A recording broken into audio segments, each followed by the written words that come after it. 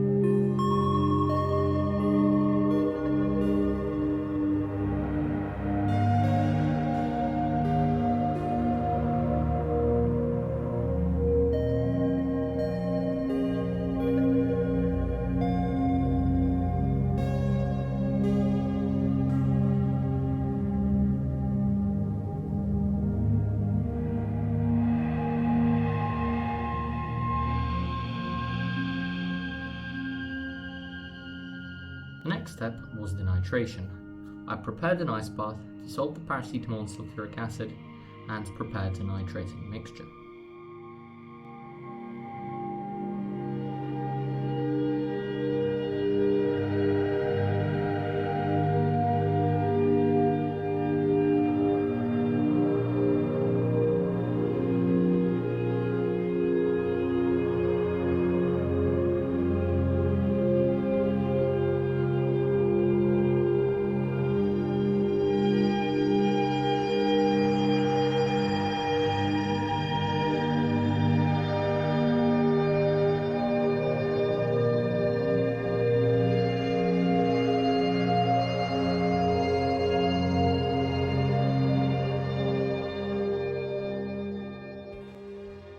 Slowly added the nitrating mixture. The colour changed from a light pinky orange to a dark red, and near the end some of the nitrated product even started to precipitate out as orange crystals.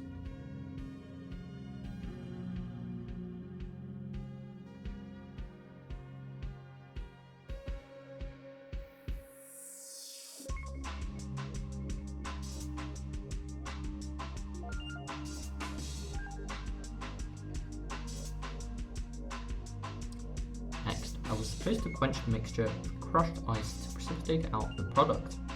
Due to a range of factors, in all likelihood an excess of acid and the ice being too fine, almost a powder as opposed to little chunks, things didn't go quite as planned. The ice melted almost immediately, and the acid, dissolving, caused the temperature to rise quickly to almost 110 degrees. Plenty of nitrogen dioxide brown gas of doom was released, but thankfully I had the ventilator running and I was wearing a gas mask at the time. I added some more bigger chunks of ice which actually managed to melt less quickly and cool the mixture down. Some of the mixture managed to spill over into the ice bath, but the majority remained. Most people might consider restarting the procedure at this point, but I suspected that it could be salvaged. The colour change of the solution from orange precipitate to brown red was not surprising. In the next step, I was supposed to convert the molecule to the sulfate salt of isopropylic acid by heating it with sulfuric acid to receive a brown-red solution. In this case, an excess of sulfuric acid remained in the vessel when it was heated up, and as such what I had was probably a mixture of isopropylic sulfate and any remaining solid from the previous step. To proceed, I filtered out the liquid, which I suspected to contain our isopropylic sulfate, and the remaining solid I heated up with some sulfuric acid to get out any more isopropylic sulfate.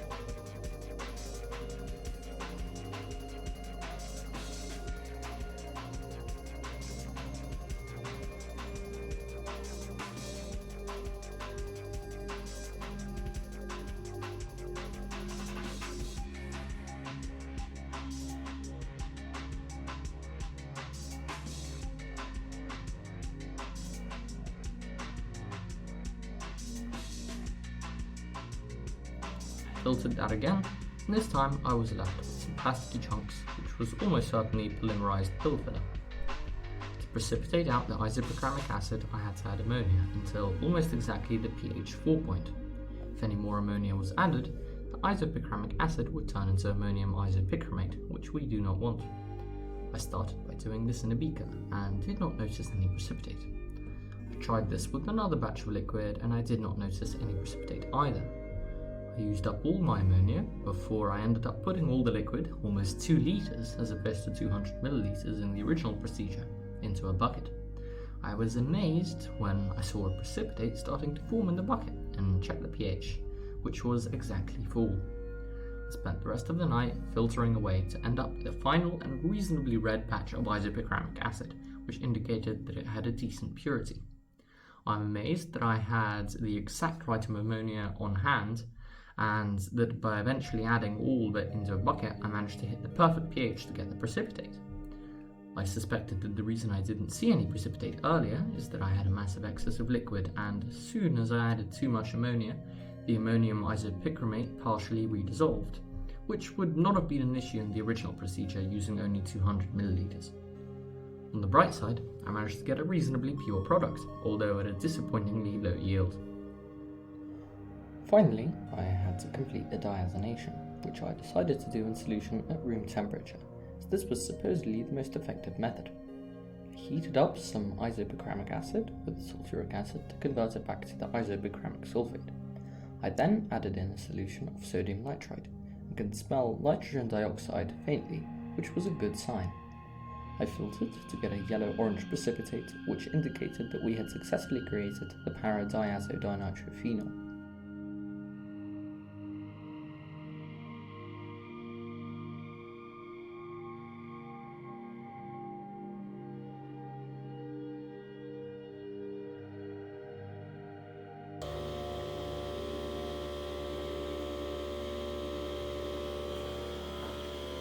What the fuck?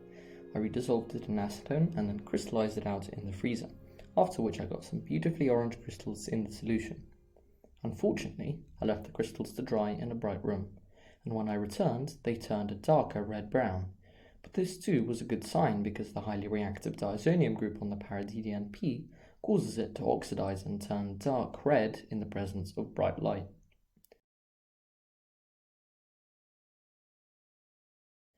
Overall, despite the horrible yield, I am happy with this synthesis, so I'm definitely sure that I managed to get some reasonably pure para-DDNP in the end. Para-DDNP is a primary explosive, but it should be said that the scale I was doing the synthesis at was not dangerous in any way. Its counterpart, ortho-DDNP, is used sometimes by the military or companies as a green explosive. Here, you can see some potential oxidative reactions that can cause ortho-DDNP to decompose. Some of these could happen simply in the presence of strong light. I imagine this is similar to what happened with my DDNP. The reason why DDNP can be interesting and useful is because, unlike commonly used primary explosives like lead azide, lead stiffnate, silver fulminate, or lead picrate, diazodinitrophenol does not contain any heavy metal ions, and as such, it is much healthier for the environment and is referred to as a green explosive. Anyways, I hope you enjoyed the video and I will see you next time.